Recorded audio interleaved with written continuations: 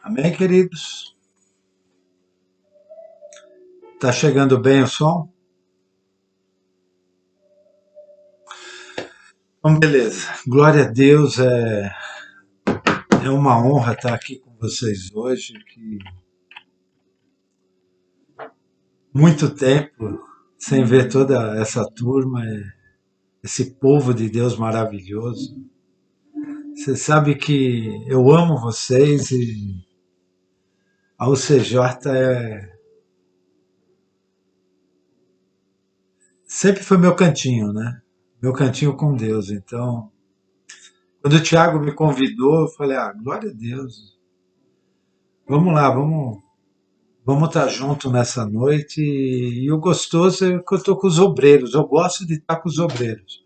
Não que eu não gosto de estar com a igreja, mas com os obreiros é diferente.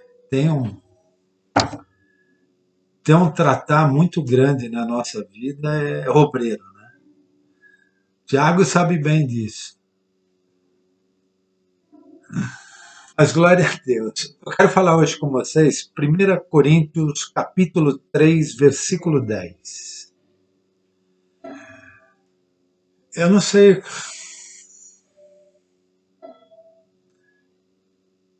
como é que vai terminar, mas vamos começar pelo menos. Né? Glória a Deus. 1 Coríntios 3, versículo 10. O que eu quero falar hoje com vocês é sobre fundamentos. Os fundamentos do Senhor sobre a nossa vida. Versículo 10 diz assim: conforme a graça de Deus que me foi concedida, eu, como sábio construtor, lancei o alicerce, e outro está construindo sobre ele. Contudo, veja cada um como constrói. Porque ninguém pode colocar outro alicerce além do que já está posto, que é Cristo Jesus.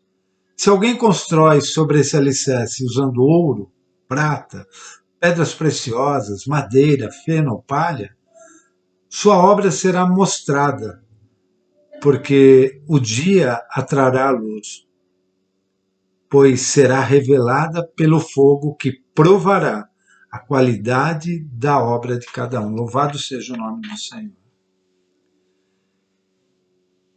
Abram lá em Isaías 33, versículo 5.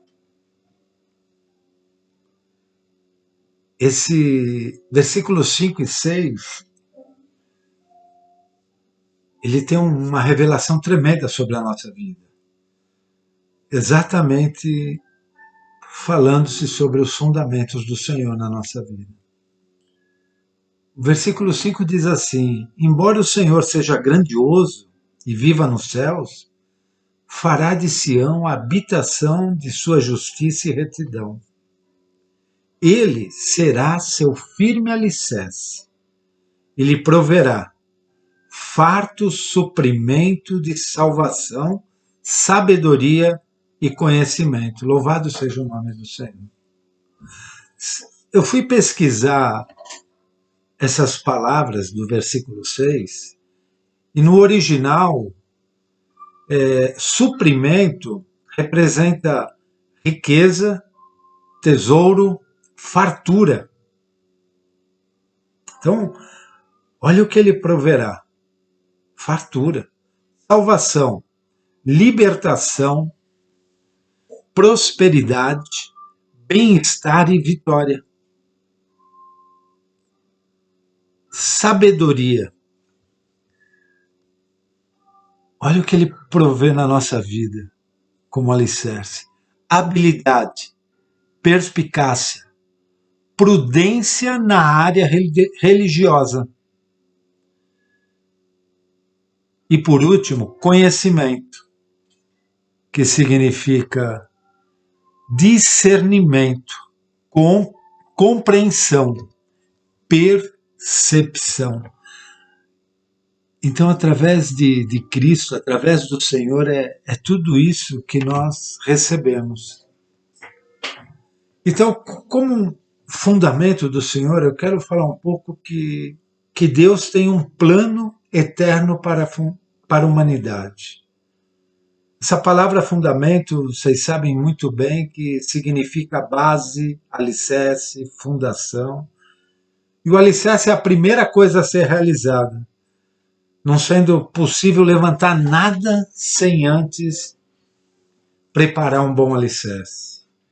Ele deve estar bem firme, bem construído, para que possa sustentar o peso, dividir o peso, pois fundamentos fracos podem comprometer por completo a edificação. E se a gente traz isso para a nossa vida cristã, é da mesma forma. Os fundamentos em Cristo é a base total. E o fundamento, o que ele é? Ele é um conjunto de ensinamentos. O fundamento é um conjunto de ensinamentos. O que seria ensinamentos? Ensinamentos ideias a serem passadas. Isso é um ensinamento. Quando eu tenho uma ideia para passar, é um ensinamento. Então, é um conjunto de ensinamentos básicos, as verdades fundamentais nas quais apoiamos a nossa vida. Às vezes a gente pensa que o nosso alicerce está naquilo que nós recebemos da palavra, mas, na verdade, está mais no que nós passamos da palavra adiante, não no receber. A gente vai ver isso um pouquinho mais à frente. Sabe, então, esse conhecimento todo que o Senhor entrega para nós, tudo isso deve ser bem firme, bem compreendido. A palavra do Senhor tem que ser compreendida, guardada no coração, porque a palavra é a base para tudo. O que o Senhor Jesus deseja edificar nas nossas vidas. Sabe, um bom fundamento é indispensável numa vida espiritual saudável. Por isso, cada discípulo precisa compreender, praticar e ensinar tudo o que se refere aos fundamentos. Em Mateus 28, versículo 18, diz assim: Então Jesus, aproximando-se deles, lhes assegurou: Toda a autoridade me foi dada no céu e na terra. Portanto, ide e fazei com que todos os povos da terra se tornem discípulos, batizando-os em nome do Pai, do Filho e do Espírito Santo. Versículo 20. Ensinando-os a obedecer a tudo quanto vos tenho ordenado. E assim eu estarei permanentemente convosco até o fim dos tempos. Louvado seja o nome do Senhor. Esse versículo 20 é a chave. Ensinando-os a obedecer. A gente volta no mesmo ponto. Os nossos fundamentos não nos servem de nada se nós não estivéssemos passando adiante. Porque se nós não passarmos adiante os fundamentos que nós recebemos, nos quais nós estabelecemos a nossa vida, na verdade a nossa vida não foi estabelecida no fundamento do Senhor. Porque a primeira coisa que o Senhor nos ensina é ensinar. E eu acho incrível essa conjunção aqui, ó, ensinando-os a obedecer a tudo quanto vos ordeno. E assim, eu estarei permanente convosco. Esse assim é deste modo. Então, no português, a gente poderia dizer assim, ó, ensinando-os a obedecer a tudo quanto vos ordeno. Deste modo, eu estarei permanente com vocês. Veja a importância de nós passarmos adiante aquilo que nós recebemos do Senhor. João 15, versículo 7. Se permanecerdes em mim e as minhas palavras permanecerem em vós, pedireis o que desejardes e vos será concedido. O que glorifica meu Pai é que deis frutos em abundância. E assim, e assim de novo, e assim sereis verdadeiramente meus discípulos. Deste modo sereis meus discípulos, se derem frutos em abundância. Assim como o Pai me amou, eu da mesma forma vos amei. Permanecei no meu amor. Se obedecerdes aos meus mandamentos, permanecerei no meu amor. Exatamente como eu tenho obedecido às ordens do meu Pai e permaneço em seu amor. Tenho-vos dito essas palavras para que a minha alegria permaneça em vós e a vossa felicidade seja completa. Louvado seja o nome do Senhor. Então, os fundamentos do Senhor, eles são absolutos. Os fundamentos não mudam com o tempo. Não mudam. Os fundamentos, eles devem ser aprendidos e memorizados. Os fundamentos devem ser ensinados.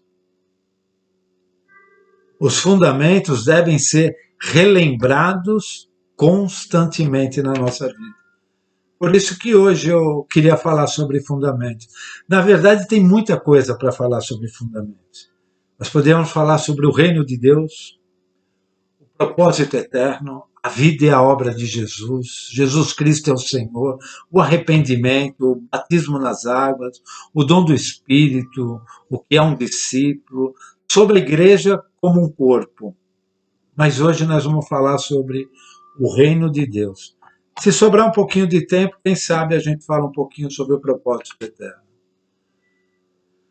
Reino. O que nós entendemos como reino? Reino é uma forma de governo em que a autoridade reside em um rei, em um único rei.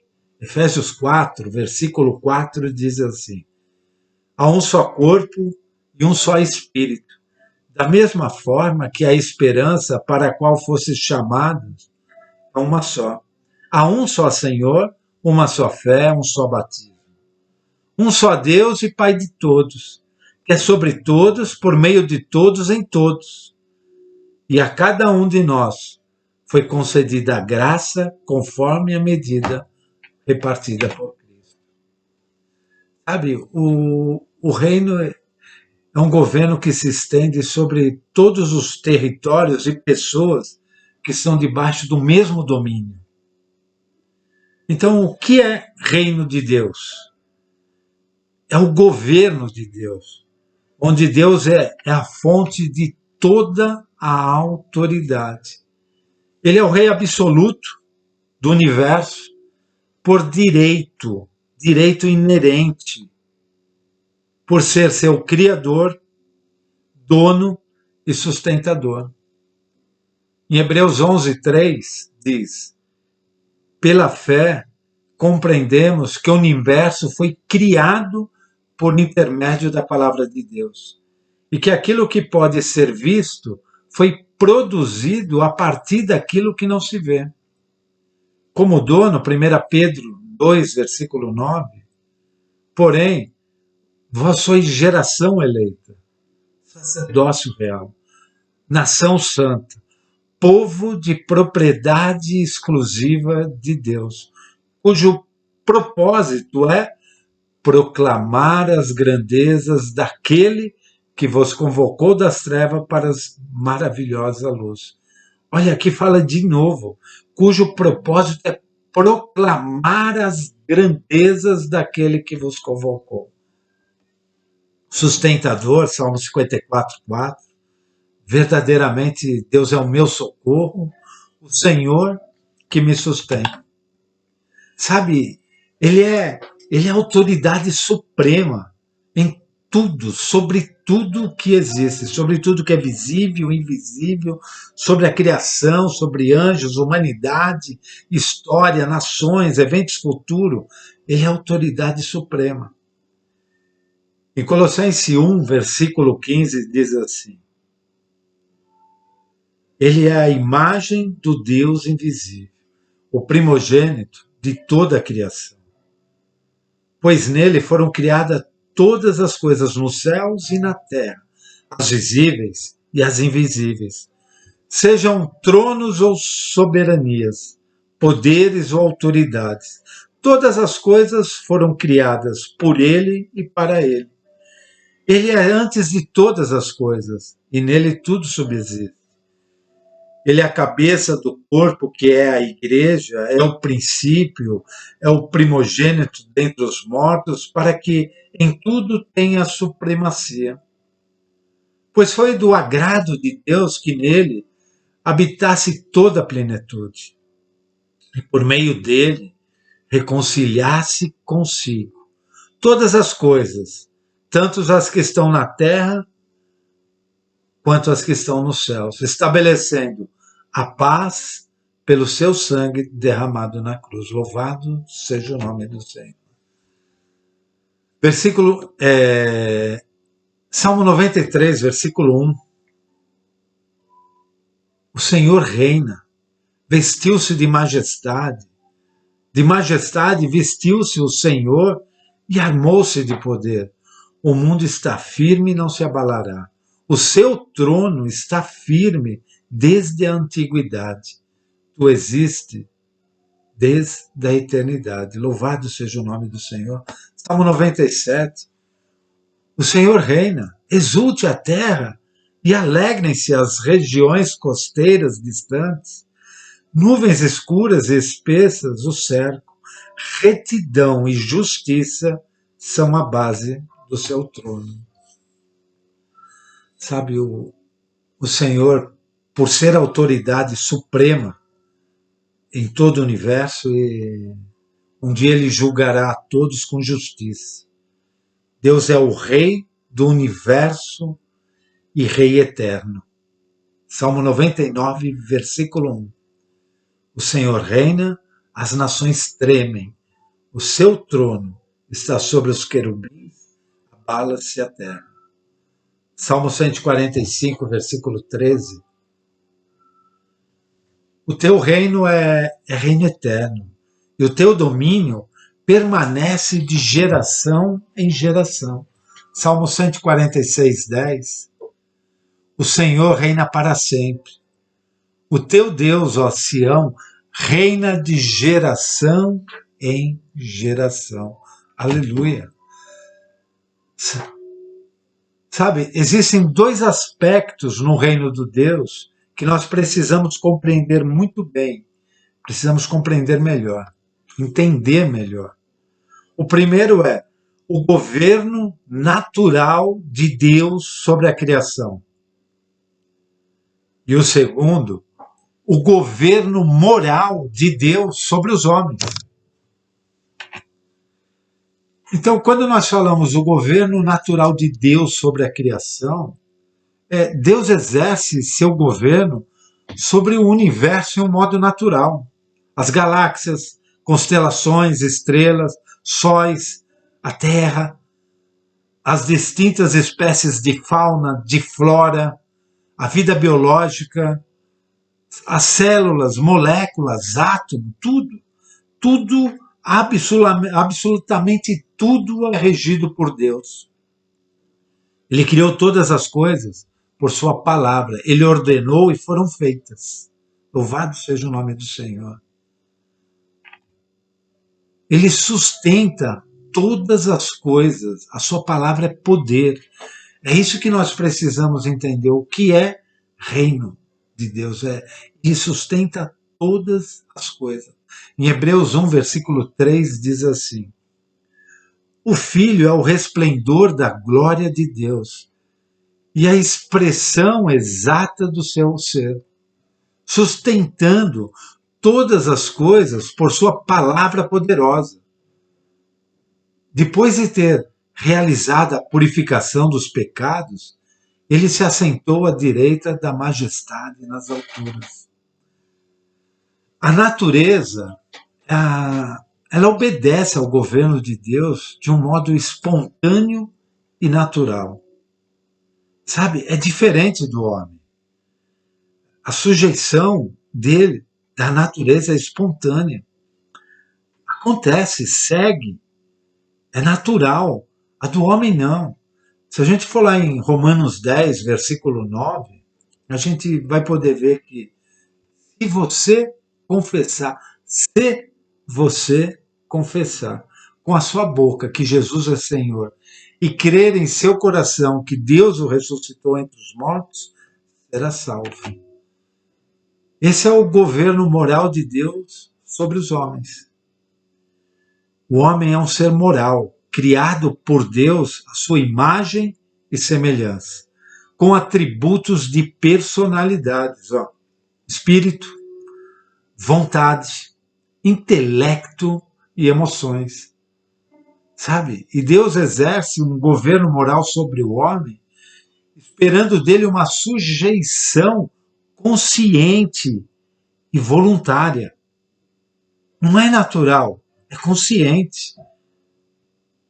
Deus é a autoridade suprema e ele expressa a sua vontade ao homem por meio da sua palavra. Então é consciência, é voluntarismo.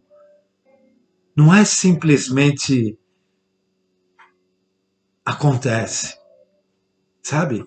É diferente de um rio que pega uma queda e aquela água desce e vai até uma represa. Não. O homem ele tem a capacidade de decisão. Ele é o homem ele foi criado com responsabilidade e capacidade de decisão. O homem é responsável por obedecer conscientemente, voluntariamente e inteligentemente.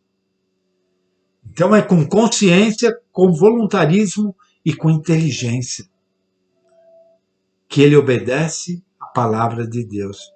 Sempre o quê? Reconhecendo e acatando deste modo o reino de Deus sobre a tua vida. É a decisão que ele tomou.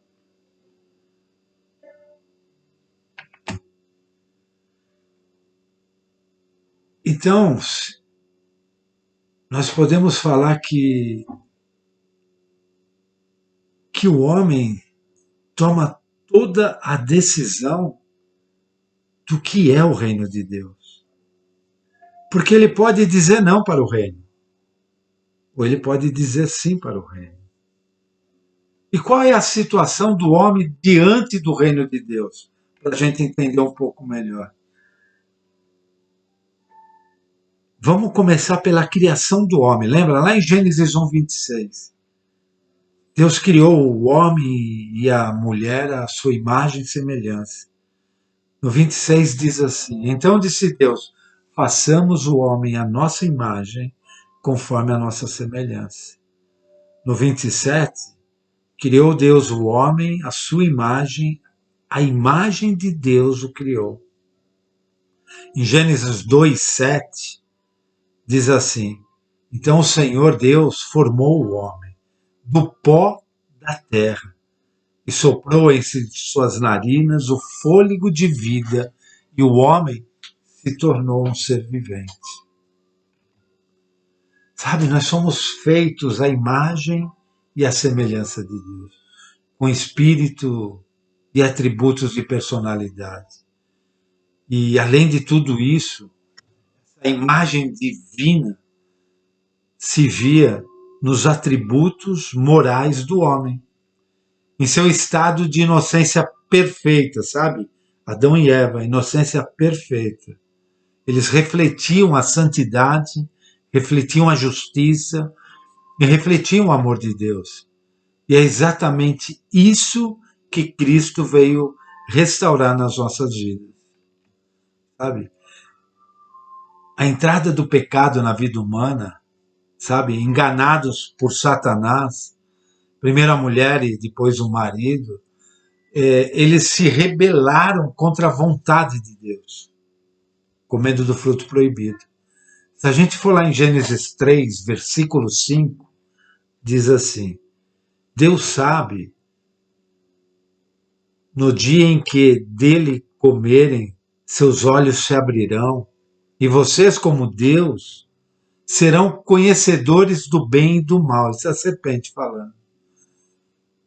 Quando a mulher viu que a árvore parecia agradável ao paladar, era atraente aos olhos e, além disso, desejável para dela se obter discernimento, lembra, Cristo ele veio e o Senhor entrega para nós todo o discernimento. Tomou do seu fruto e comeu. Quando a mulher viu, essa palavra viu no original, o significado dela é examinar. Não é o nosso ver. Não é que simplesmente ela olhou para a árvore. Não, ela examinou a árvore. E aí sim ela tomou uma decisão de que parecia agradável.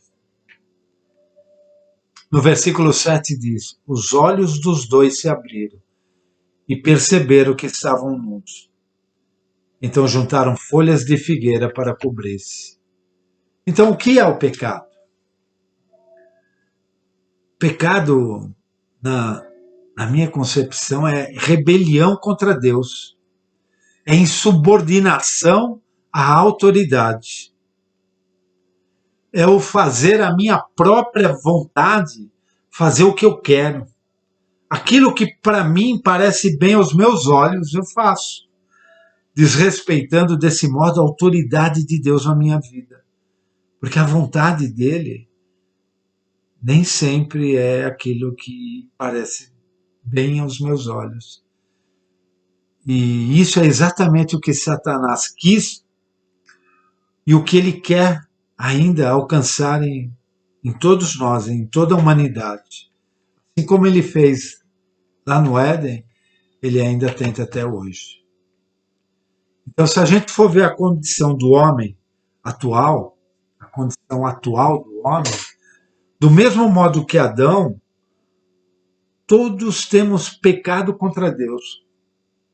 Tanto pela herança que recebemos, como pelas nossas atitudes pessoais diante de Deus. Sabe? Eva precisou ser convencida pelo diabo. Mas tem crente que o diabo não precisa nem abrir a boca. Se abrir é capaz de falar assim, ó, pega leve com o pai. Entende? Cada um vive como quer, fazendo a sua própria vontade. Ele se coloca como cristão, mas ele continua vivendo como ele quer e fazendo a sua própria vontade. E as consequências, quais são as consequências? É o que a gente vê muito, tanto no mundo como também na igreja. Orgulho, medos, ansiedades, depressões, enfermidades, ira, insegurança, ódio, crimes, divórcios, mentiras, inamizades, rancores, problemas familiares, insubordinação e muito mais. E todas essas coisas são sintomas da morte. Morte espiritual, que resultará em morte física e condenação eterna. Então, nós olhamos a situação do homem diante do reino de Deus. E qual é a situação do evangelho do reino de Deus? Marcos 1, versículo 14. Depois que João foi preso, Jesus foi para a Galiléia proclamando as boas novas de Deus. O tempo é chegado, dizia ele. O reino de Deus está próximo. Arrependam-se e creiam nas boas novas. Louvado seja o nome de Deus. Sabe, Jesus ia por toda parte pregando e ensinando sobre o reino de Deus. E é isso que nós temos que fazer. Esse é o nosso chamado. Sabe, esse era o tema principal, ou pode até se dizer quase que o único tema de Cristo era pregar as boas novas, era falar e ensinar sobre o reino do Senhor aqui na terra. Então, nós já falamos um pouco sobre o reino de Deus. Agora a pergunta é: o que é o Evangelho no reino de Deus? Evangelho significa boa nova. Boa nova. Se nós formos lá no original, se não me engano é euagilion, significa recompensas por boas notícias. Essa palavra recompensa, quando eu vi no original, é fantástico. Jesus anunciou aos homens a boa nova do reino de Deus. Foram boas notícias, porque o momento esperado e anunciado no passado havia chegado. E também são boas notícias porque Deus, em seu amor, enviou o seu Filho, não para condenar o mundo, mas para salvar o mundo. Olha a recompensa. Não é para condenar, é para salvar, é recompensa. Boas novas, nós podemos dizer que são boas novas para mim. Se você contar algo para mim, vai ser boa nova se eu tiver incluso naquilo que você está contando. É a mesma coisa que você chegar para mim e dizer assim: ô Dago, eu comprei um carro. Isso para mim não é boa nova. Mas se você chegar para mim e falar assim: Dago, eu comprei o carro e vou te dar carona todo dia para o trabalho, é boa nova. Porque eu fui incluído nessa boa notícia, nessa nova notícia que está vindo. Entende o que é boa nova?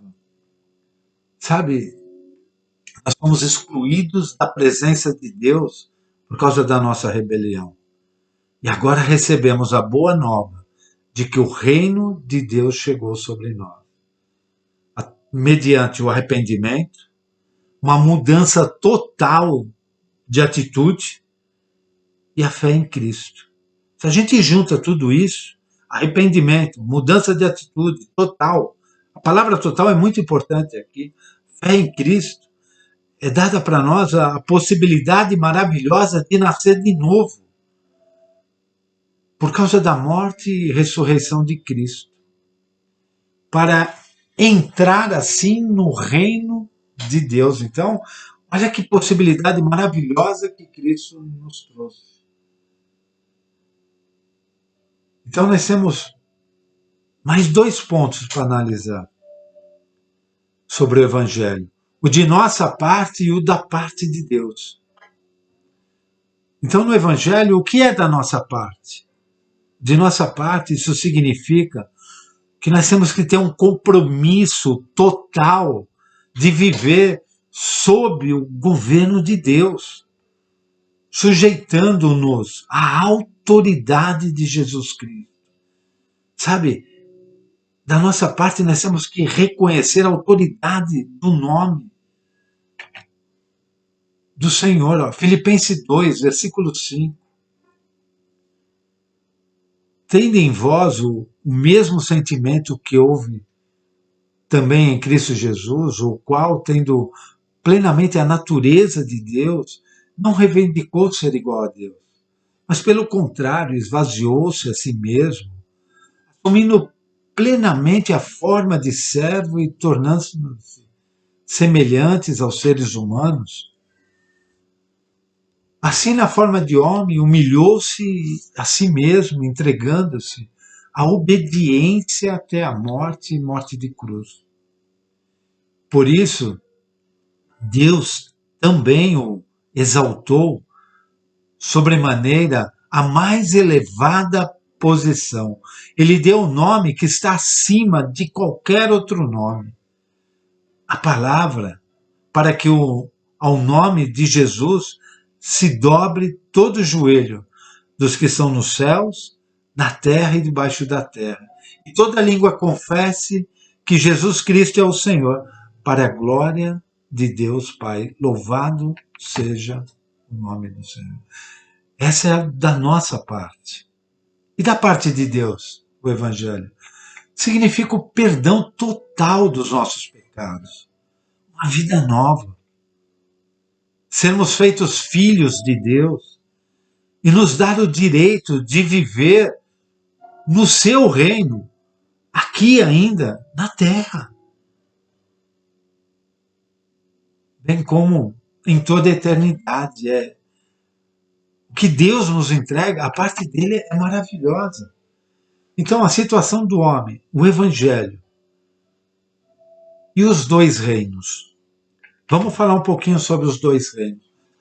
Como nós estamos falando de fundamentos, é muito importante a gente reconhecer os dois reinos, saber que existe e nos sujeitarmos ao poder do nosso Senhor. Sabe, todos nós vivemos segundo certas normas e hábitos, mesmo que não sejam mais que simples modinha, que mudam a cada momento, a gente está sempre passando por tudo isso, sabe? Então, nós podemos classificar o reino da seguinte forma, em dois grupos. Os que vivem como querem e os que vivem como Deus quer. São dois conceitos de governo da vida que são totalmente opostos entre si. É uma escolha, é uma decisão. Sabe? A gente pode identificar como o império das trevas e o reino de Deus. Colossenses 1, versículo 13 fala assim: pois ele nos resgatou do domínio das trevas e nos transportou para o reino do seu Filho amado, em quem temos a redenção, a saber, o perdão dos pecados.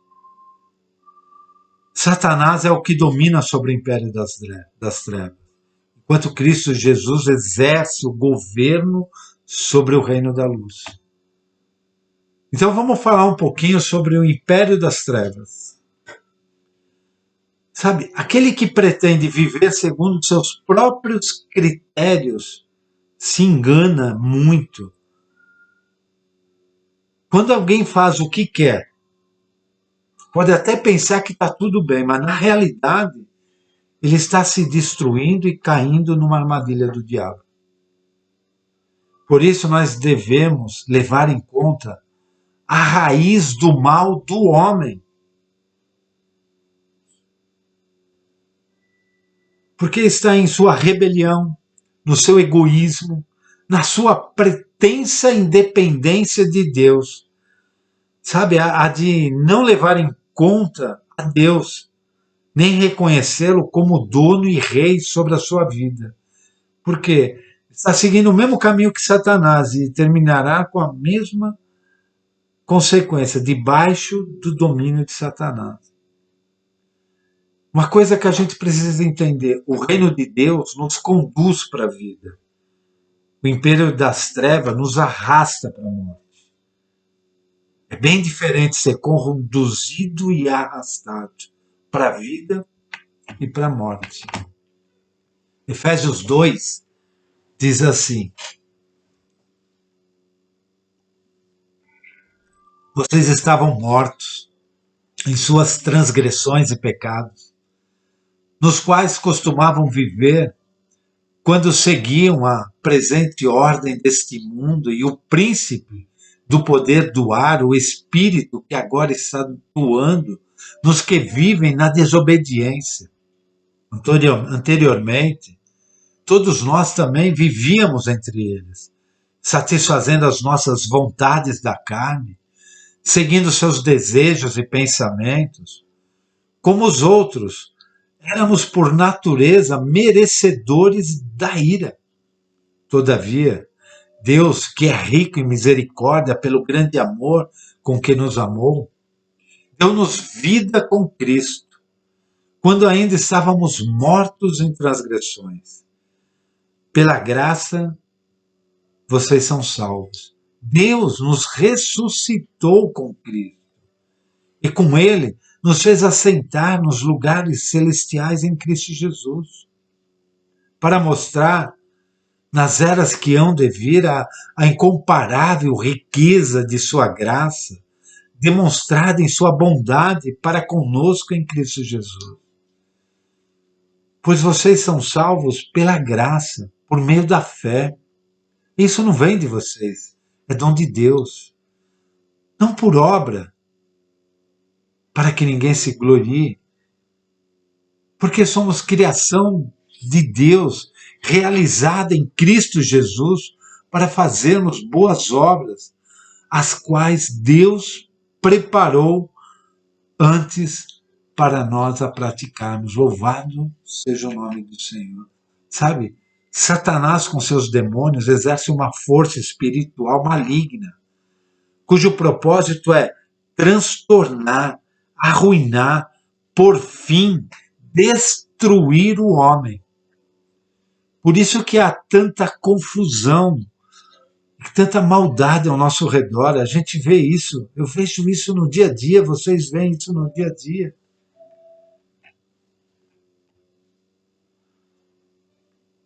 É importante a gente entender que os nossos recursos humanos não são suficientes.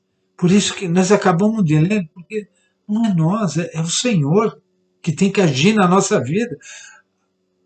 Nós só temos que tomar uma decisão, só uma. Nós tomamos essa decisão, o Espírito do Senhor vai nos conduzir, vai nos guiar. 1 João 3 diz, no versículo 8, aquele que pratica o pecado é do diabo, porque o diabo vem pecando desde o princípio. Para isso, o Filho de Deus se manifestou, para destruir as obras do diabo. Todo aquele que é nascido de Deus não pratica o pecado, porque a semente de Deus permanece nele. Ele não pode estar no pecado porque é nascido de Deus. Sabe, é importante a gente entender que nossos recursos não são suficientes. E o reino de Jesus Cristo? Louvado seja o nome do Senhor.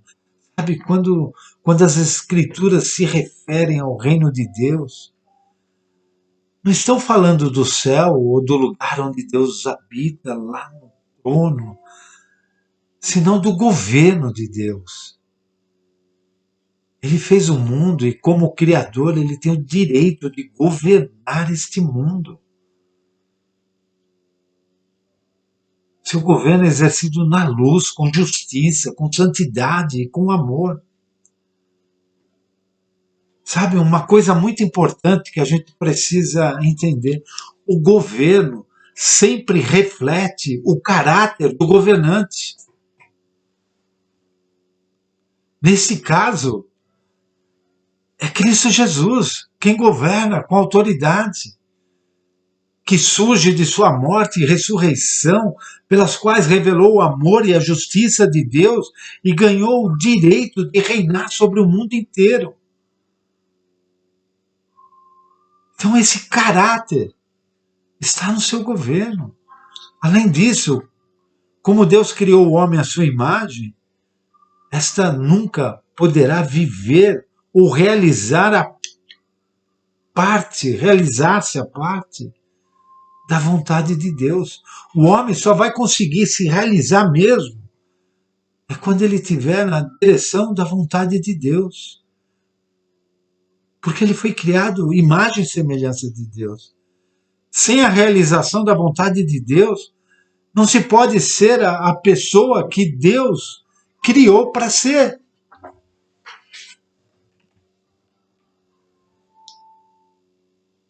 Todos nós vivíamos no das trevas por sermos desobedientes, mas Deus quer nos transportar para o seu reino. Deus já nos transportou através de Cristo. Por isso ele enviou o seu Filho, que nos chama a segui-lo e sermos seus discípulos. Sabe, a verdadeira conversão é ser livre do poder das trevas e ser transportado para o reino da luz. Essa é a verdadeira conversão. E as características dos reinos? Sabe, no mundo natural, cada nação tem as suas características que a identificam. O mundo espiritual não é diferente. Isso também acontece. Tanto o reino das trevas quanto o reino da luz têm características pelas quais nós podemos identificar quem são seus súditos. Vamos olhar a lei. A lei é um código de conduta. Então, a lei do reino das trevas é: viva como quiser. Cada um vive de acordo com a sua própria vontade, cada um vive como quer, faz o que lhe parece mais correto, o que lhe convém ou o que lhe dá na telha. E a lei no reino da luz? Viva como Jesus quer. Os discípulos vivem como o Senhor ordena. Eles vivem para agradar a Deus. Não é uma questão de obedecer quando quisermos, mas de obedecermos em todos os momentos. Esse é o reino da luz. Outra característica é o idioma, a maneira de falar.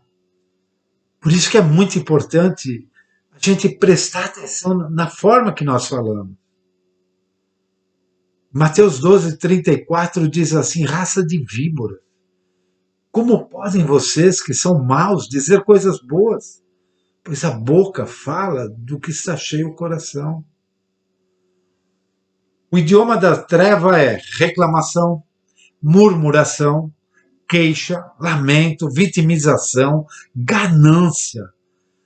Lembra da lei de Gerson? Lei de Gerson faz parte do idioma do reino das trevas. Sabe, eu estava estudando aqui essa palavra, eu lembrei daquela propaganda do Gerson, do cigarro Vila Rica. Depois, quem é mais novo aí, depois pode pesquisar no YouTube, com certeza tem. Fala exatamente isso, por que pagar mais caro se o Vila Rica dá tudo aquilo que eu quero de um bom cigarro? Gosto de levar vantagem em tudo, certo? Leve vantagem você também, leve Vila Rica. Tem alguém da minha idade aí? Não, né? Para lembrar dessa propaganda. Alguém levantou a mão lá. Lembra da propaganda. Eu confesso, eu vi essa propaganda, eu fumava Vila Rica. O senhor me perdoa, né? Sabe, então é reclamação de governo, é reclamação do emprego, é reclamação do patrão, é reclamação do clima, tá chovendo, tá sol. Dos pais, reclamação dos pastores, reclama do ministério, reclama da educação, reclama da saúde, reclama de tudo. É fácil você identificar quem está sobre o domínio de um reino das trevas. Aquele que está sobre o domínio do reino da luz é louvor. Eu não falo da música que expressa o contentamento, não. Eu falo louvor, gratidão, gratidão ao Senhor. Sabe, o idioma é Gálatas 5:22. Amor, alegria, paz, paciência, benignidade, bondade, fidelidade, mansidão e domínio próprio. A gente pega tudo isso daí, é o idioma que fala aquele que está no reino da luz. A gente reconhece fácil. E outra forma, outra característica são as cores da bandeira. Você sabe que só de olhar para uma bandeira você já imagina aquele país. Você reconheceu um país só de ver a bandeira. A bandeira do reino da luz é amor. Amar os irmãos, amar o próximo, amar até mesmo os inimigos. Esse é o sinal que identifica um discípulo. Não é doutrina de cabelo, de roupa, sabe? Mas o fato de nós amarmos verdadeiramente uns aos outros e sermos aperfeiçoados em amor. João 13:34. Um novo mandamento eu lhes dou. Amem-se uns aos outros como eu os amei. Vocês devem amar-se uns aos outros. Com isso, todos saberão que vocês são meus discípulos, se vocês amarem uns aos outros. Essa é a nossa bandeira, é o amor. A bandeira do reino das trevas é egoísmo. Eu vivo para mim, me esforço por mim, penso apenas em mim, contanto que para mim esteja tudo bem, não importa mais ninguém, sabe? Esse é o estudo que eu queria passar para vocês sobre o reino de Deus. Louvado seja o nome do Senhor. Os fundamentos começam exatamente nisso. Entender o que é o reino de Deus. Sabe, às vezes vocês podem estar pensando, pastor, mas é uma coisa tão simples. Essa não seria uma ministração para novo convertido, não. É para ser relembrado sempre, é para ser relembrado todos os dias. A gente precisa buscar todos os dias de novo o que é o reino de Deus e nos entregarmos ao reino de Deus e formar esse fundamento na nossa vida. Louvado seja o nome do Senhor. Amém? Como eu consegui ser rápido, eu quero falar um pouquinho sobre o propósito eterno, que faz parte do fundamento, ainda no mesmo tema. Para vocês, tudo bem esticar mais um pouquinho aí? Deixa eu falar um pouquinho sobre o propósito eterno. Romanos 7, versículo 14. Sabe, o propósito, ele deve tomar conta de todo o nosso ser. Sabe, o propósito não é um pedaço de nós. O propósito eterno sobre a nossa vida, o propósito de Deus na nossa vida, ele tem que tomar conta de nós por inteiro. O versículo 14 diz assim: porquanto é do nosso pleno conhecimento de que a lei é espiritual, eu, entretanto, sou limitado pela carne, pois fui vendido como escravo ao pecado. Pois não compreendo o meu próprio modo de agir, porquanto o que eu quero, isso não pratico, entretanto, o que detesto, isso me entrego a fazer. Ora, e se faço o que não desejo, tenho que admitir que a lei é boa.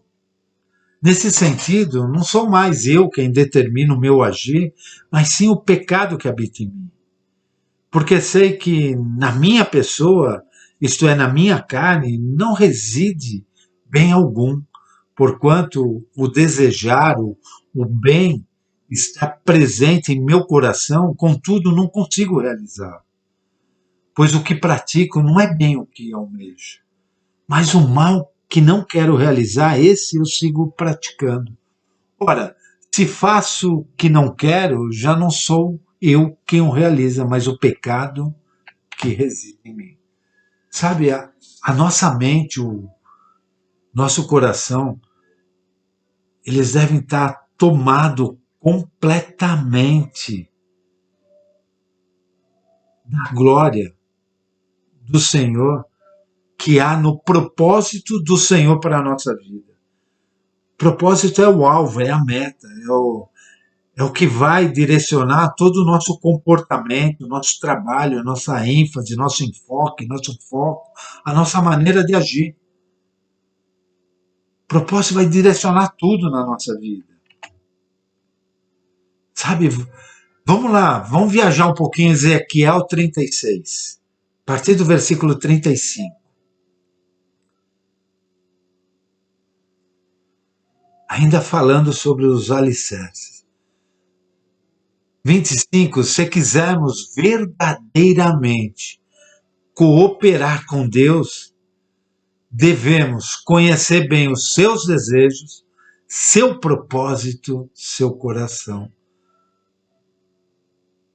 Se nós não conhecemos Bem, tudo isso, como nós vamos conseguir?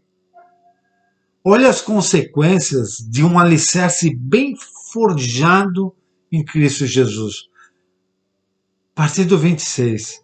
E vos darei um novo coração, e derramarei um espírito novo dentro de cada um de vós. Arrancarei de vós o coração de pedra, e vos abençoarei com o coração de carne. Eis que depositarei o meu espírito no interior de cada pessoa, e vos capacitarei para agires de acordo com as minhas leis e princípios. E assim obedecereis fielmente aos meus mandamentos. Habitareis, portanto, na terra que eu pessoalmente outorguei a vossos pais e antepassados, e sereis de fato o meu povo, e eu serei o vosso Deus. Porquanto eu mesmo vos libertarei de todas as vossas impurezas. Convocarei o trigo e todos os cereais, e farei com que se multiplique diante de vós, e já não mais vos farei passar fome sobre a terra. Multiplicarei o fruto das vossas árvores e as safras dos vossos campos, de tal modo que nunca mais venhas a passar pelo vexame da miséria e da fome diante de todas as nações. Louvado seja o nome do Senhor. Olha as consequências de um alicerce bem forjado em Cristo Jesus. Sabe, tudo que fizermos, tudo, só terá valor eterno na medida que cooperar com o propósito de Deus na nossa vida. Isso é muito importante. O que eu for fazer, se não está cooperando, se não está cooperando com o propósito de Deus para a minha vida, não tem valor eterno. Sabe, por muitos anos, muitos cristãos têm vivido sem conhecer qual é o propósito, qual é o objetivo de Deus para a sua vida. Sabe, muitos ficam com aquela coisa na cabeça ainda de anos atrás, que é bem equivocado, que a nossa meta como cristão é chegar aos céus. Pronto. Qual é o teu propósito? Chegar aos céus? Não. É egocentrismo, isso é egocentrismo. O cara pensa que todo propósito de Deus é por ele. 1 Timóteo 2, versículo 3. Isso é bom e agradável perante Deus, nosso Salvador, que deseja que todos os homens sejam salvos e cheguem ao conhecimento da verdade. 2 Pedro 3, versículo 9, diz assim: o Senhor não demora em cumprir a sua promessa, como julgam alguns. Ao contrário, ele é paciente com você, não querendo que ninguém pereça, mas que todos cheguem ao arrependimento. João 3,16, porque Deus tanto amou o mundo que deu seu Filho unigênito, para que todo que nele crê não pereça, mas tenha vida eterna. Então, o egocentrismo faz isso com as pessoas. Né? Elas transformam o propósito de Deus como se fosse a salvação. É uma visão humana, onde o homem é o centro de tudo, sabe? E conclui-se que o propósito de Deus é salvar o homem. Tudo gira em torno do homem, tudo gira em torno da necessidade do homem. Sabe? Essa visão é equivocada.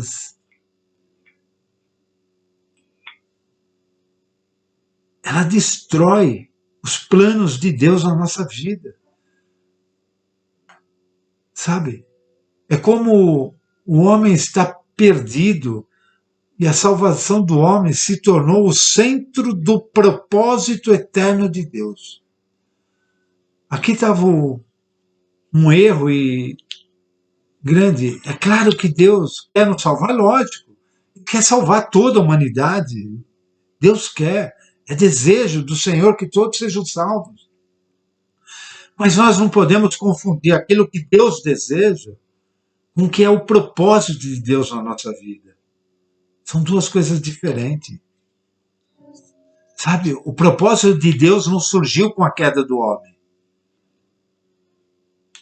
É algo que já estava no coração de Deus antes mesmo da fundação do mundo. Efésios 1, versículo 4 diz assim: porque Deus nos escolheu nele antes da criação do mundo para sermos santos e irrepreensíveis em sua presença. Versículo 11: nele fomos também escolhidos, tendo sido predestinados conforme o plano daquele que faz todas as coisas segundo o propósito da sua vontade, a fim de que nós, os que primeiro esperamos em Cristo, sejamos para o louvor da glória. Louvado seja o nome do Senhor, louvado seja o nome do Senhor. Sabe, quando a gente coloca nós como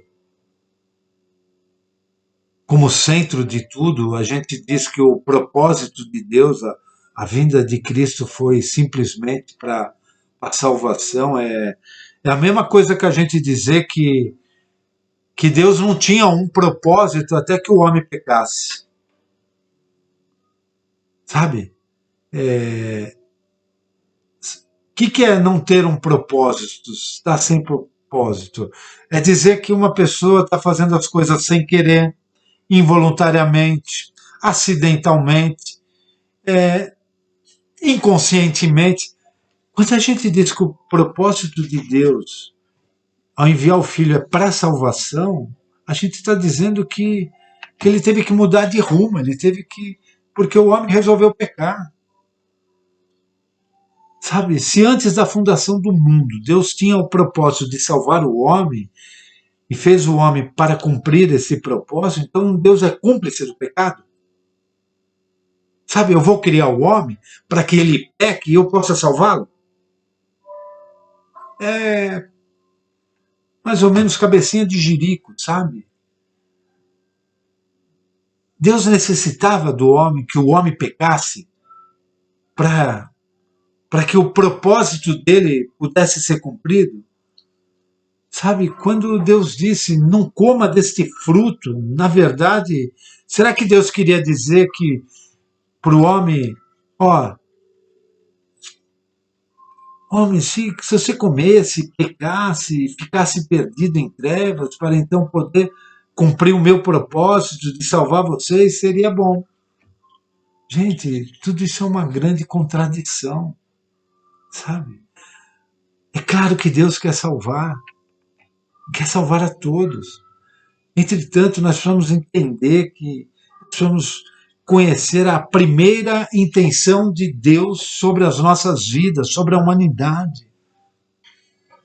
O que ele tinha no coração quando criou o homem? Pois o propósito de Deus é imutável. O pecado do homem não pode mudar o propósito de Deus. Sabe? Deus não mudou de propósito por causa da queda. Então, qual é a intenção de Deus ao criar o homem? A gente volta lá no plano original, lá em Gênesis 1, 26. Façamos o ser humano à nossa imagem, de acordo com a nossa semelhança. Sabe? Relacionamento, intimidade. A intenção de Deus ao criar o homem era de ter uma grande família com muitos filhos, com a sua própria imagem, encher a terra com uma grande família que expressasse a glória e a autoridade dele.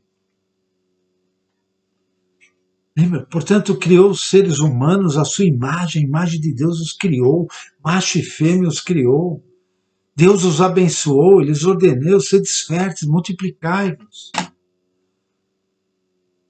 Como Adão tinha sido criado à imagem de Deus e cada ser se reproduzia segundo a sua espécie, Quando Adão e Eva se multiplicassem, eles reproduziriam filhos que seriam a imagem, a semelhança de Deus. Mas o pecado interferiu. E nós conhecemos bem essa triste história. O pecado foi uma intromissão violenta e diabólica para atrapalhar o propósito de Deus, mas nada pode parar o propósito de Deus. Por meio do pecado, o homem se tornou culpado, alvo da ira de Deus, merecedor de castigo eterno, expulso da presença de Deus e sem comunhão com Ele. E o salário do pecado é a morte, mas houve uma consequência ainda maior. O problema não foi apenas que o homem se tornou culpado diante de Deus, mas ele também estragou a sua própria natureza. Ele corrompeu a sua natureza de imagem e semelhança. O homem perdeu a imagem de Deus e tornou-se outra criatura. Não era mais o mesmo homem. Era um homem morto para Deus, inútil para cumprir o propósito dele. Sabe, se nós sabemos que cada um reproduz segundo a sua própria espécie, portanto, quando Adão se corrompeu, toda a sua descendência ficou arruinada. Gênesis 5, versículo 3. Aos 130 anos, Adão gerou um filho à sua semelhança, conforme a sua imagem. Ele deu o nome de Sete. Romanos 5,12. Concluindo, da mesma forma como o pecado ingressou no mundo por meio de um homem, e pelo pecado a morte, assim também a morte foi legada a todos os seres humanos, porquanto todos pecaram. Mas Deus desistiu do propósito dele? Lógico que não. Lógico que Deus não desistiu. Embora o homem pecasse, Deus não mudou o seu propósito inicial. Deus não tem diversos planos. Deus não cria um plano novo cada vez que a gente faz alguma besteira. Deus não muda o seu propósito cada vez que a gente sai da nossa posição. Deus não cria um novo alvo e nem abre mão do que ele queria desde o princípio. Sabe, e aí o que acontece? Aí Deus necessita agora fazer o quê? Criar uma nova raça. Porque todos os descendentes do primeiro homem ficaram inúteis para o propósito dele. E aí vem 1 Coríntios 15, versículo 45. Assim está escrito: o primeiro homem, Adão, tornou-se um ser vivente, e o último, Adão, espírito vivificante. Não foi o espiritual que veio antes, mas o natural, depois dele, o espiritual. O primeiro homem era do pó da terra, o segundo homem dos céus. Os que são da terra são semelhantes ao homem terreno, os que são dos céus ao homem celestial. Assim como tivemos a imagem do homem terreno, teremos também a imagem do homem celestial.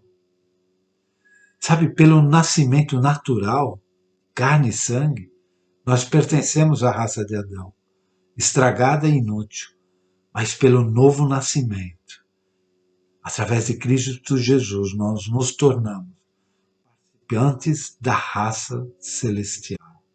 Louvado seja o nome do Senhor. Romanos 5. Portanto, havendo sido justificado pela fé, temos paz com Deus, por meio do nosso Senhor Jesus Cristo, por intermédio de quem obtivemos pleno acesso pela fé a esta graça na qual agora estamos firmados e nos gloriamos na confiança plena da glória de Deus.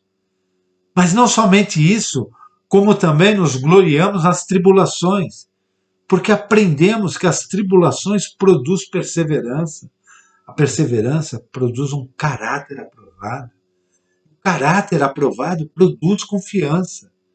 E a confiança não nos decepciona, porque Deus derramou o seu amor em nossos corações por meio do Espírito Santo que Ele mesmo nos outorgou. Louvado seja o nome do Senhor. Louvado seja o nome do Senhor. Adão perdeu a imagem de Deus porque foi rebelde. Os olhos dos dois se abriram e perceberam que estavam nus. Jesus, que é a imagem do Deus invisível, Colossenses 1,15, ele é a imagem do Deus invisível, primogênito de toda a criação. Sempre fez a vontade do Pai. João 4,34, disse Jesus, a minha comida é fazer a vontade daquele que me enviou e concluir a sua obra. Em tudo lhe agradou. João 8,29. Aquele que me enviou está comigo. Ele não me deixou sozinho, pois sempre faço o que lhe agrada. Fui obediente até a morte, Filipenses 2, versículo 8. E sendo encontrado em forma humana, humilhou-se a si mesmo e foi obediente até a morte e morte de cruz. Todo homem que crê naquele que o Pai enviou, João 6,29, a obra de Deus é essa, crer naquele que ele enviou. Nega-se a si mesmo e toma a sua cruz. Mateus 16,24. Então Jesus disse aos discípulos, se alguém quiser acompanhar-me, negue-se a si mesmo, tome a sua cruz e siga.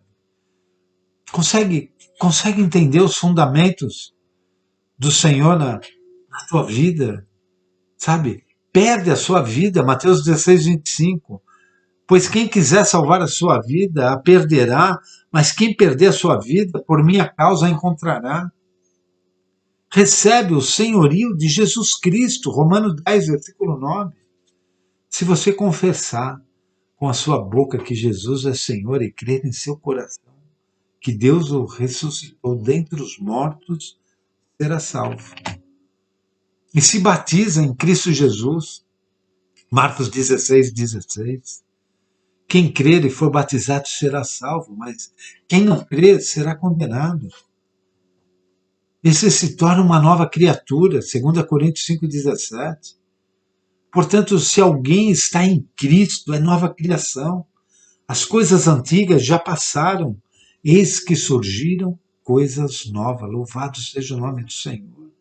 Recebe a natureza de Deus. 2 Pedro 1,4.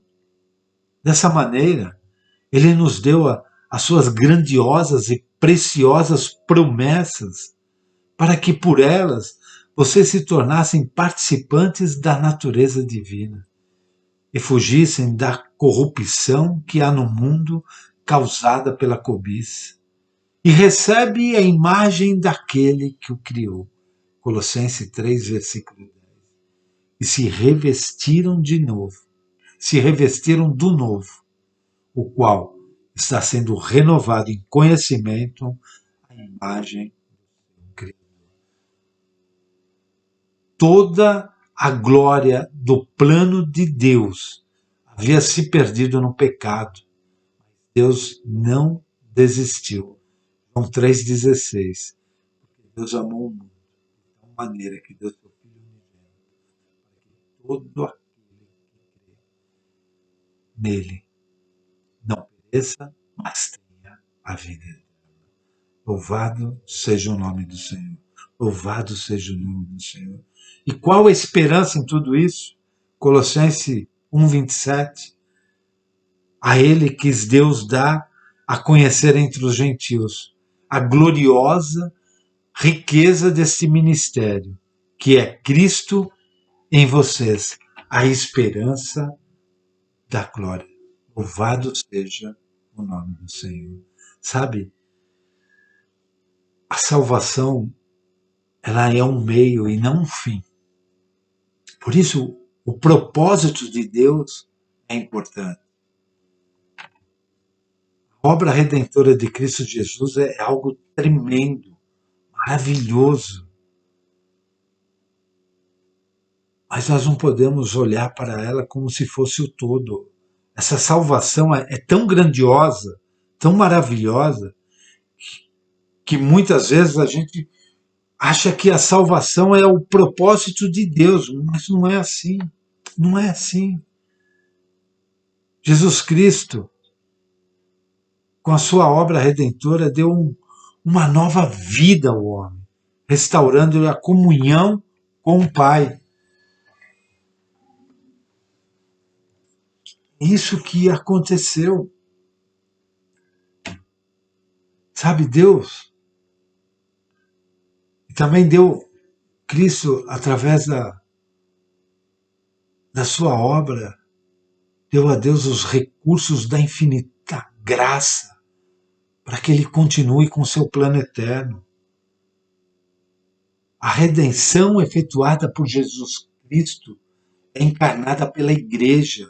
É um meio para Deus restaurar todas as coisas. E assim concluiu o propósito eterno de Deus. Sabe? Efésios 1, versículo 4 diz assim: porque Deus nos escolheu nele antes da criação do mundo. A redenção, então, nunca foi o propósito. Falamos disso agora há pouco. Mas a gente volta nesse versículo, sabe, Romanos 8, 28. Sabemos que Deus age em todas as coisas para o bem daqueles que o amam, dos que foram chamados de acordo com o seu propósito. Pois aqueles que de antemão conheceu, também os predestinou para serem conforme a imagem de seu Filho, a fim de que ele seja o primogênito entre muitos irmãos. Ou seja, uma família perfeita em Cristo Jesus. Esse é o propósito de Deus sobre a nossa vida.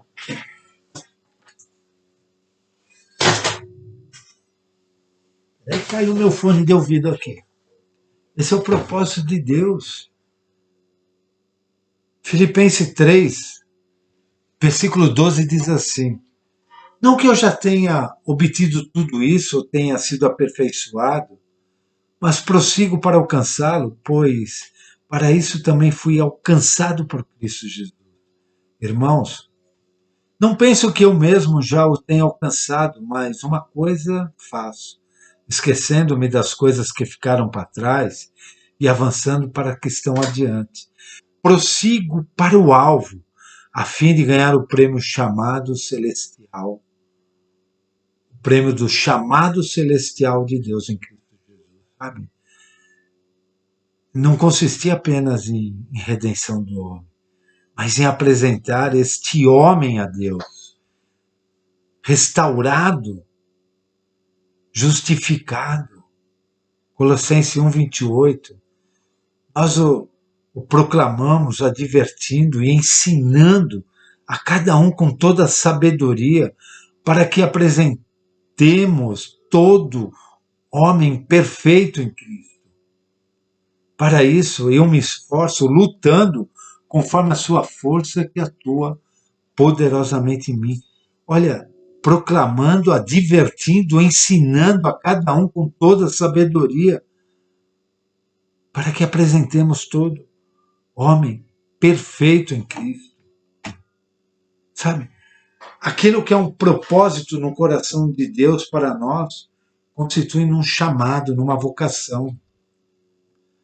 2 Timóteo 1,8 diz assim: portanto, não se envergonhem de dar o seu testemunho a favor do nosso Senhor.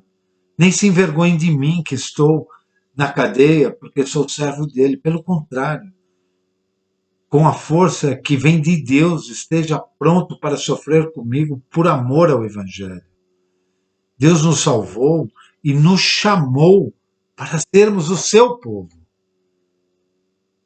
Não foi por causa do que temos feito, mas porque este era o seu plano.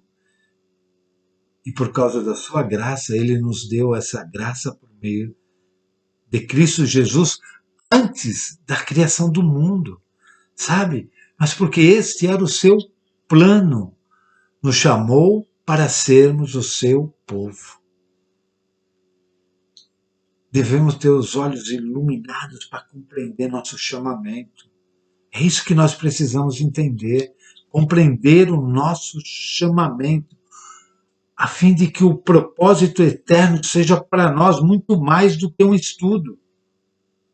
Efésios 1:18. Peço que Deus abra a mente de vocês para que vejam a luz dele e conheçam a esperança para a qual ele os chamou. E também para que saibam como são maravilhosas as bênçãos que ele prometeu ao seu povo. Louvado seja o nome do Senhor. Sabe, de maneira simples, definimos que a nossa vocação como um chamado para sermos participantes do propósito de Deus e cooperadores no seu cumprimento. Esse é o propósito de Deus. Qual a nossa posição em tudo isso? Aquele que recebe o propósito de Deus em seu coração compreende seu chamamento e torna-se prisioneiro desta vocação. Ou seja, Efésios 4, como prisioneiro no Senhor, rogo-lhes que vivam de maneira digna da vocação que receberam. Nós devemos andar de modo digno, esforçarmos-nos para confirmá-la. 2 Pedro 1:10. Ele nos livrou e continuará nos livrando de tal perigo de morte. Nele temos colocado a nossa esperança, que continuará a nos livrar. Então vamos nos esforçar, não vamos desistir. E como nós podemos hoje definir o propósito de Deus para hoje, para o tempo de hoje? Sabe, a gente volta lá em Romanos 8:28. Sabemos que todas as coisas cooperam para o bem daqueles que amam a Deus, daqueles que são chamados segundo o seu propósito. Portanto, aos que de antemão conheceu também, os predestinou para serem conforme a imagem de seu Filho, a fim de que ele seja o primogênito entre muitos irmãos. Uma família. Esse é o propósito de Deus. Uma família de filhos semelhantes a Jesus. Uma família. Isso nos fala do quê? De unidade. Uma família fala de unidade. Então o Senhor está nos chamando para vivermos em unidade. Isso é um requisito indispensável para que o propósito de Deus seja cumprido, porque a unidade faz parte do propósito. Sabe? Filhos à imagem de Jesus não pode ser brigão, não pode ser faccioso. Sabe? Tem que ter unidade, tem que estar junto, tem que andar junto.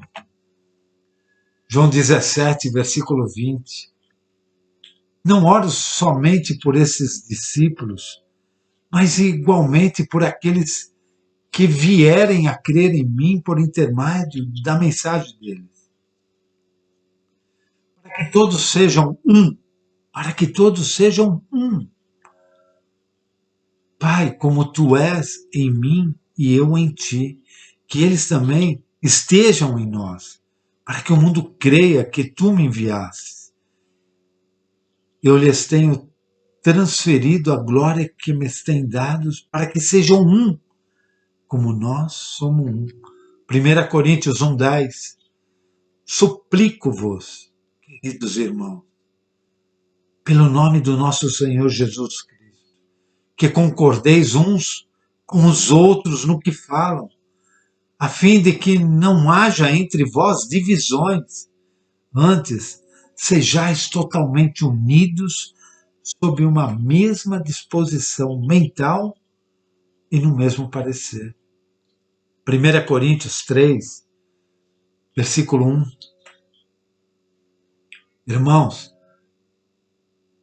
não vos pude falar como a pessoas espirituais, mas como a pessoas carnais, como a criança em Cristo.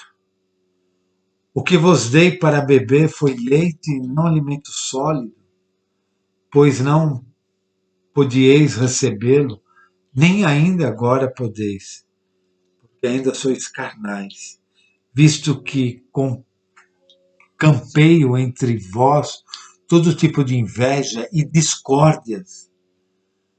Por acaso não estáis sendo carnais, vivendo de acordo com os padrões exclusivamente mundanos? Pois quando alguém alega, eu sou de Paulo, eu sou de Apolo, não estáis agindo absolutamente segundo os padrões do homem? No versículo 16 e 17 diz assim: não é verdade que o cálice da bênção que abençoamos é a comunhão do sangue de Cristo? Acaso o pão que partimos não é a nossa participação no corpo de Cristo? Como há somente um pão, nós que somos muitos, somos um só corpo. Todos participamos de um único pão. Louvado seja o nome do Senhor. O propósito de Deus está falando da nossa unidade, semelhança de todos, uma família semelhante a Cristo, com muitos filhos. Mateus 28. Então Jesus, aproximando-se deles, lhe assegurou: toda a autoridade me foi dada no céu e na terra. Portanto, ide e fazei com que todos os povos da terra se tornem discípulos, batizando-os em nome do Pai e do Filho e do Espírito, ensinando-os a obedecer a tudo quanto vos tenho ordenado. E assim eu estarei permanentemente convosco até o fim. Louvado seja o nome do Senhor. E para terminar, uma família semelhante a Jesus. Isto nos fala da edificação. Não é suficiente que sejamos muitos. Nós precisamos ser semelhantes a Jesus. Efésios 1:4. Portanto, Deus nos escolheu nele antes da criação do mundo para sermos santos e irrepreensíveis em sua presença. Olha quantas vezes eu repito os mesmos versículos nos fundamentos, tanto no propósito eterno como no reino de Deus. 2 Coríntios 3,18.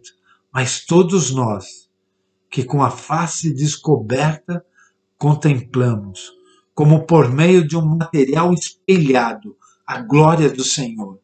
Conforme a sua imagem, estamos sendo transformados com a glória crescente, na mesma imagem que vem do Senhor, que é o Espírito. Seja o nome do Senhor. Efésios 4:13, até que todos alcancemos a unidade da fé e do conhecimento do Filho de Deus e cheguemos à maturidade, atingindo a medida da estatura da plenitude de Cristo. Portanto, entendemos que o propósito de Deus envolve a multiplicação de vidas edificadas em unidades para crescerem até a estatura, a semelhança de Jesus Cristo. Louvado seja o nome do Senhor. Louvado seja o nome do Senhor. Amém, queridos? Essa é a mensagem que eu queria passar para vocês, como um corpo de obreiros, a importância do reino e do propósito de Deus na nossa vida. O nosso propósito precisa ser abraçado, precisa ser agarrado, precisa ser vivido em todas as situações da nossa vida. E o maior propósito de Deus é a unidade, é a união. Esse é um dos maiores fundamentos. Uma família de filhos semelhantes à imagem do Pai. Louvado seja o nome do Senhor. Amém, pastor Tiago? Eu sei que foi um pouco longa, mas aí ainda é cedo, aqui já é 1 hora.